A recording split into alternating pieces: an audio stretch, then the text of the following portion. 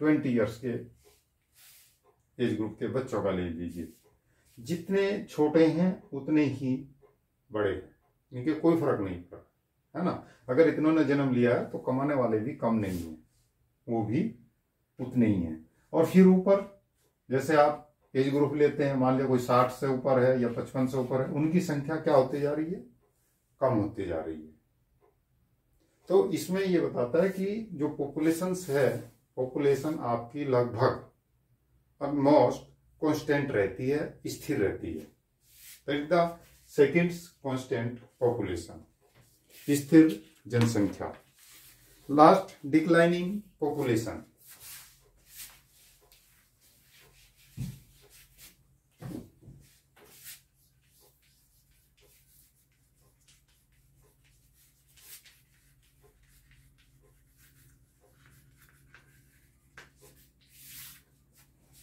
घटती हुई, इसको बोल सकते हो घटती हुई जनसंख्या।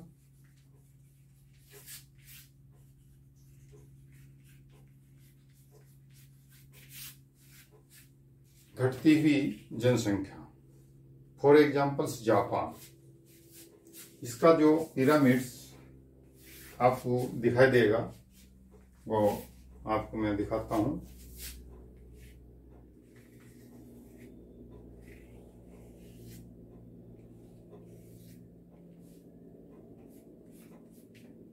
इस तरह का होगा ये,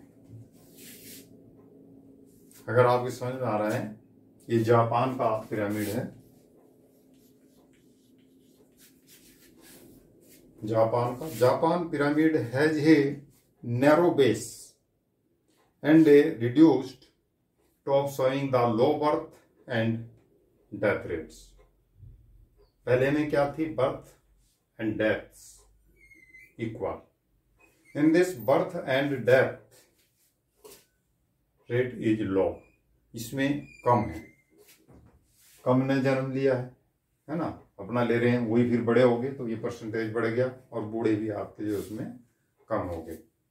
तो top showing the low birth and death rates, the population growth in development country is usually 0 और negative.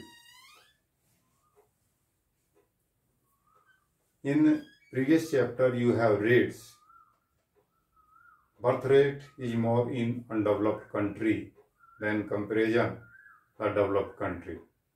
So here this is the example of developed country. Japan is developed country, एक विकसित राष्ट्र है जहां पॉपुलेशन ग्रोथ लगभग कैसी है, countries usually 0 और नेगेटिव। मीन्स जो बर्थ रेट है, ग्रोथ से मतलब यहां से मेरा जो है वो बर्थ और डेथ से है, जन्म लेने वाले भी बहुत कम हैं और मरने वाले भी बहुत ही कम हैं।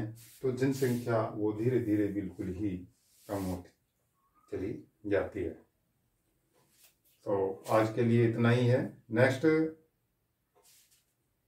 अगले पीरियड्स में मैं इस चैप्टर को पूरा कर दूंगा। रूरल अर्बन कंपोजिशंस, है ना, तो we will discuss rural and urban composition in next period. Okay, thank you.